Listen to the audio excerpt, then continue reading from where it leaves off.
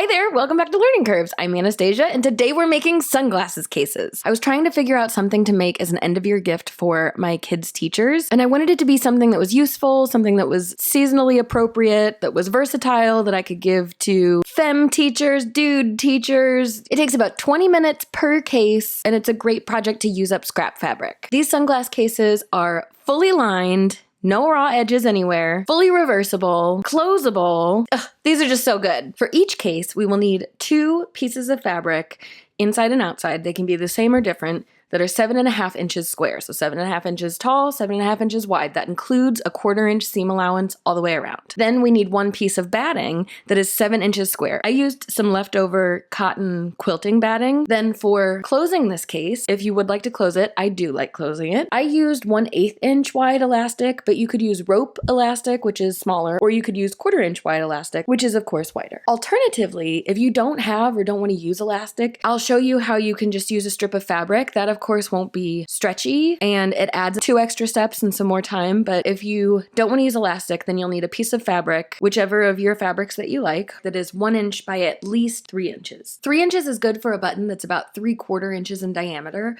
For larger buttons, you'll need a longer strip that's still 1 inch wide. All other directions are the same. The length of your elastic will depend on the diameter of your button and how tight you want the top to be. You'll see mine, which are 3 inches, are pretty roomy at the top and they fit buttons 3/4 inches and bigger. Another perk to elastic is that it's of course much more versatile, and the same length of elastic will fit around all kinds of buttons. Lastly, you will need a button, although you could forgo the closures altogether and then you won't need elastic or a button. I'm going to explain how I decided which fabrics and button to pair together. If this doesn't help or interest you, feel free to skip ahead to about the 3-minute mark. First, I sorted through my button stash. I dumped them all out, dropped one on the ground. I pulled out anything that was on the larger side that I would want to use and anything I thought was cute and or that a dude might like. Then I sorted through my scrap fabrics. I put back anything that was too narrow or too small, anything baby print or seasonal, anything stretchy. It's just not what I was going for.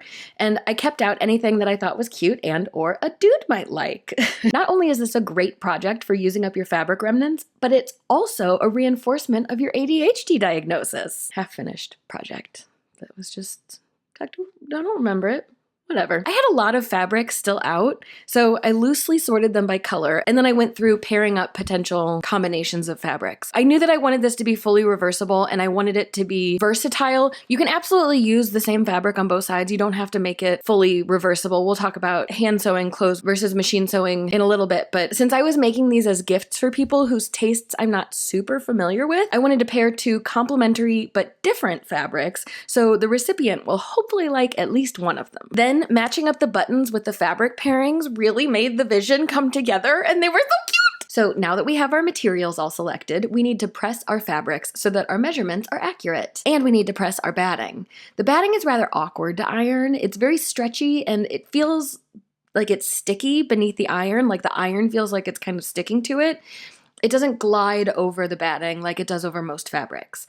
As such, I recommend using one of your fabrics, a heat-stable one, over the batting and pressing on top of that. Then the iron glides smoothly on the fabric, and as long as you go slowly and use high heat and steam, the batting should also press out nicely without pulling and warping much at all. Then we'll cut our pieces. Since these pieces are squares, we don't really need to worry about the direction of the fabric yet. A rotary cutter, transparent ruler, and cutting mat will make this go so much faster. But if you don't have them, they are an investment. I'll link some in the description box, but you can absolutely use scissors and cut this by hand. You'll just want to mark your measurements on your fabric with some sort of fabric marking utensil. If you're a beginner, I have a video about beginner must-have sewing supplies, and in there I talk about some options for fabric marking. You probably already have at least 2 of them at home. There's definitely a learning curve, get it, to using a rotary cutting tool, but I have a video planned with my tips to improve your accuracy and efficacy. Should we do that next week? Now it's time for assembly. First, we'll baste the batting to the wrong side of one of our fabrics. If one of your fabrics is thinner or flimsier than the other, I'd baste the batting to that one. And if basting is a new word for you, it's the sewing equivalent of pinning. You're tacking things together with a wide stitch that's either temporary, as in it will be removed, or a placeholder. I recommend pinning the batting at least at the corners corners. As mentioned, batting is stretchy and will warp easily. Things can go sideways fast. Take your time until you get used to it. If you're gonna use fabric for your closure loop, this part's a little fiddly and adds some time, but I also think it's cuter. Take your 1x3 inch or however long your piece of fabric is,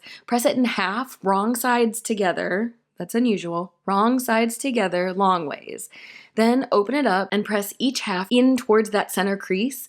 Then, with the edges still folded in, fold it in half again at that center crease, closing the raw edges in. Then stitch down the center of your now 1/4 inch strip of fabric, and there you go. From here, you'll use this exactly as we use the elastic. Okay, now this comes together pretty fast. So now we need to mark where we'll pin our loop. Decide which of the 4 edges of your batting fabric will be the top, paying attention to your pattern if you have one. Then fold it in half, batting side out, so that the fold goes vertically through the top. Then put a pin vertically through the batting halfway between the basting line and the folded edge. It doesn't matter which side. This pin marks where our elastic is going to go. So now we'll pin together the top of each of our fabrics right sides together, and we'll add in the elastic or our folded strip of fabric. To add the elastic or strip of fabric, you'll fold it in half and push the folded end in between your fabrics so that the raw edges of your elastic or fabric strip match up with the raw edges of the fabrics. I found it helpful to sandwich everything together, put the elastic in where I want it, push a pin through just before the elastic, and then come back up just after it so that it sort of holds the elastic in place without actually piercing it. Pinning straight through the elastic is more fuss than it's worth, in my opinion, and this gets you there, you know? Then, using my usual 2.5 stitch length, I sewed straight across the top, back stitching at the beginning and over the elastic to reinforce it. Next, we will press this seam open.